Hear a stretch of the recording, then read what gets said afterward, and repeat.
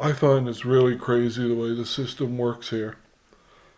I've reported the abuse and incest, child rape in my family. My sisters, my brother, and even a little niece as well. And in order for the system to protect a person with status and social standing like Hickman, and not only to protect Hickman and the ex-Chief Justice, but lawyers and the system, they'll do anything to protect themselves and the reputation. We've been victims of a family situation. I'm 55. 5 generations of my family have been raped and abused. The last, I was in Ottawa in 2006, making the world aware of what's happened to my family. Well, my niece's children, 2 of them, while I was in Ottawa doing this, the 5th generation, her 2 daughters, Betty Ann's 2 children, were here in Newfoundland in 2006 in court because they were being prostituted on the streets from a pizza store by a Russian guy on Water Street. 5 generations. I'm 55 years old. When is the system and the lawyers and politicians going to stop protecting themselves in the corruption and start protecting the victims? Not only are we victims, but we're persecuted every day for telling the truth by the people who live next door and by the system for reporting to them when they don't want to hear what's happened. It's amazing. I understand. I thought I grew up in Canada with a democracy. If I were to wrap a towel around my head and go to the manpower office or row in the Arbor and St. John's in a dory, I'd have a place to live. I'd be given an income. I don't even qualify for welfare. I'd be given training.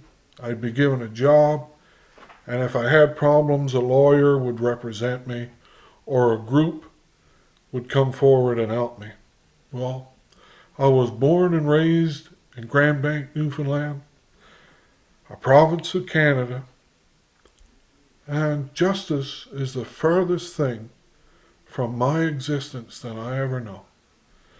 I've been to the capital of our country and practically begged senators, MPs, from top to bottom. I went to the Deputy Chief Commissioner of the RCMP in Ottawa and spent more than an hour in his office because he was also a newfie from Twillingate. And Deputy Chief Superintendent Roger Brown and the lead investigator in my case, John Moore, grew up together in Twillingate.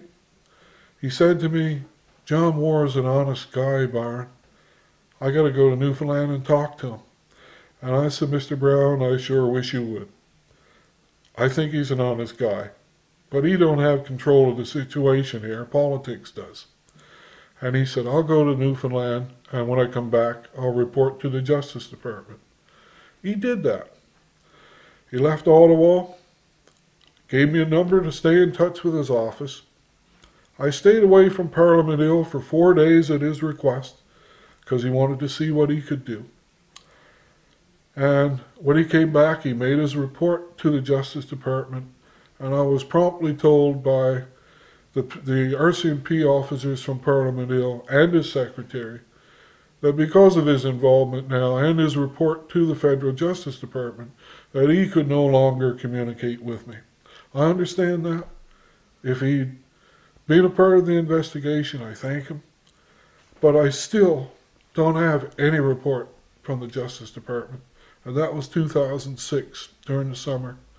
And now it's 2009. And as I said, I'm 5 generations of abuse here. It's about time it stopped, folks. I deserve justice. I deserve democracy.